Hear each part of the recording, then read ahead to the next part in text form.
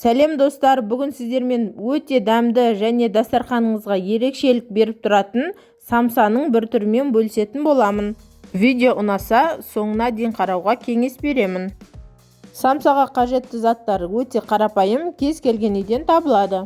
Таза ыдысқа 2 жұмыртқаны саламыз, 1 жұмыртқаның сарысын алып қалуды ұмытпаңыз. Самсаның бетіне жағуға қажет болады. Тұзды, қантты, айран, сүт, май барлығын құйып, жақсылап араластырып аламыз және ұнды 2 бөліп, қолға жабыспайтын қамыр илейміз. Әр ұнның тығыздығына байланысты, егерде қамырыңыз қолға жабысып жатса, 100 грамм немесе 50 грамм қосып жіберсек болады.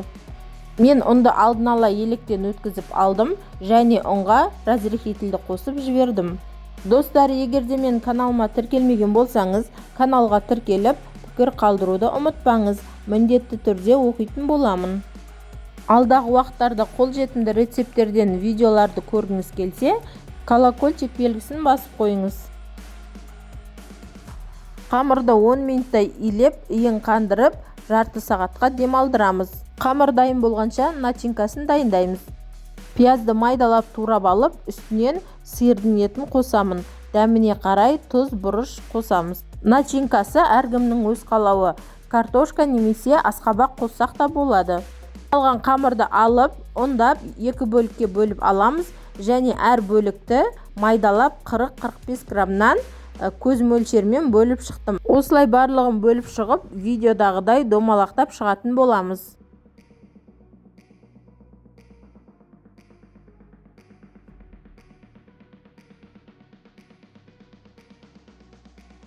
Қамырларымыз дайын, енді самса жасай берсек болады. Сәл ұндап жіберіп, домалақша етіп жайып аламыз. Осылай бір шетінен кесіп, ішіне начинкасын саламыз және видеодағыдай домалақтап, міне, айналдырып шығамыз. Асты ашылып кетпес үшін астын жақсылап бір-біріне жабыстырамыз. Қараңызшы, қандай әдемі болып шықты. Тағы да біреуін жасап көрсетейін. Достар, егерде мен видеоларым ұнап жатса, достарыңызбен бөлісуді ұмытпаңыз. Келесі жолы қандай видео көргіңіз келеді, соны комментарийға жазып кетсеңіз болады. Самсаның барлығын видеодағыдай жасап шығатын боламыз.